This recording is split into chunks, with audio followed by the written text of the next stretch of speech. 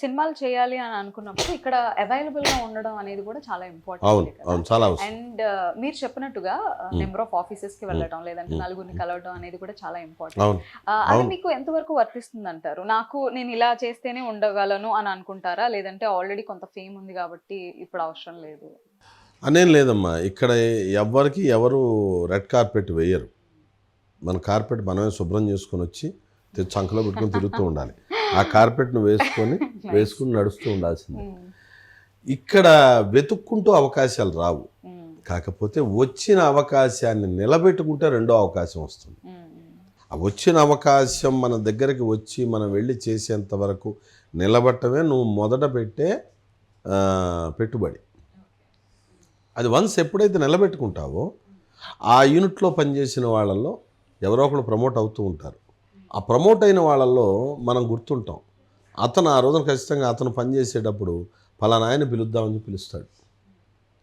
అలా సంపాదించుకున్నది 4 కాలాల పాటు ఉంటుంది నీకు. 16 సార్లు మనం ఆఫీసుకు తిరిగినంత మాత్రాన 10 సార్లు అవకాశం వస్తే అది లాంగ్ లైఫ్ రాదు. నువ్వు పని చేసే చోట పర్ఫెక్ట్గా పని చేయి, చిన్నదైనా సరే పని చేస్తే అది ఇస్తుంది. ఇప్పుడు నాకు అలాగే ఇచ్చింది. నాకు నాటకం వల్ల సినిమా రాలా. చాలామందికి నాటకం వల్ల సినిమా వచ్చింది, టీవీ వచ్చింది. నాకు నాటకం వల్ల టీవీ రాలా, టీవీ వల్ల సినిమా రాలా. ఏ వింగ్ కా వింగే. ఓకే. అన్నిటికి సెపరేట్‌గా ప్రయత్నం అయితే జరిగింది. అంతే అంతే ఏ వింగ్‌కి అది. అంతే.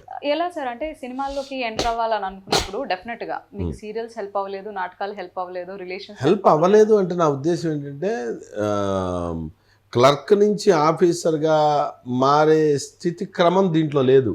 అదే నాకు అర్థమైంది.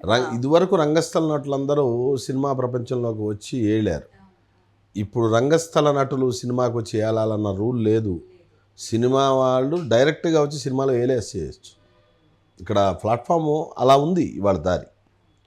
నాకైతే నాటకం నాకు నేర్పింది ఏంటంటే నేను ఏ తప్పు చేయకూడదో నేర్పింది. మీరు నాకు అవకాశం ఇచ్చినప్పుడు నేను ఏం చెప్పించుకోకుండా ప్రాథమికంగా నేను చేయాలో నేర్పింది.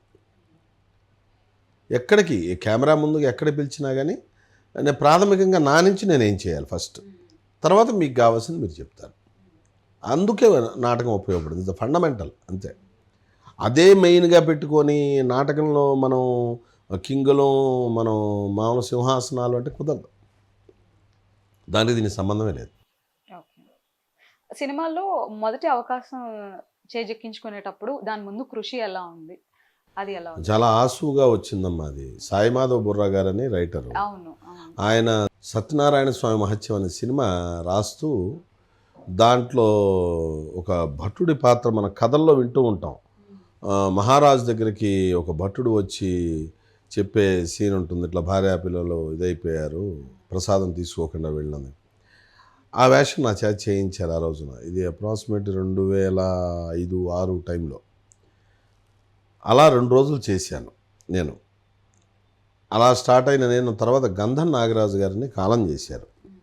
ఆయన రాసిన బాణం సినిమా కానీ, బెట్టింగ్ బంగారు రాజు, తమ్ముడు సత్యం గారు వాళ్ళు నిర్మించిన క్రాంతి మాధవ్ అనే డైరెక్టర్ గారు నిర్మించిన ఓనమాలు కానీ, అలా చిన్న చిన్నవి చేసుకుంటూ వచ్చాను. టీవీ ఎక్కువ చేశాను. అసలు కెమెరాకి నేను రావడానికి సూత్రధారుడు కోట్ల హనుమంతరావు గారు, head of the department Telugu university, ఆయన సూత్రధారుడు. అలాగే నాకు మళ్ళీ అంత లైఫ్ ఇచ్చినవాడు, ఆర్టిస్ట్గా అంత లైఫ్ ఇచ్చిన వాళ్ళు మల్లేని రాధాకృష్ణ గారు. కృషి గారు వాళ్ళ బ్యానర్లో పుత్తడి బొమ్మ, స్వాతి చినుకులు సీరియల్స్ అని చేసేవాడు. తర్వాత రీసెంట్గా ఇక లాస్ట్ నేను ఇంకా ఆగిపోయే ముందు మంచి ఫేమ్ వచ్చింది అనిల్ కుమార్ గారు డైరెక్షన్లో మనసు మమత, మల్లెమాల వాళ్ళది బాగా పేరు వచ్చింది. అలా ఎక్కడికెక్కడ ప్లాట్ఫామ్స్ మనం వర్క్ చేయటం, మన చేత చేయించుకోవటం, వాళ్ళ అవకాశం ఇవ్వటంతో ఇదైంది తప్పితే ఒకదానికి ఉపకరించి వచ్చింది లేదు.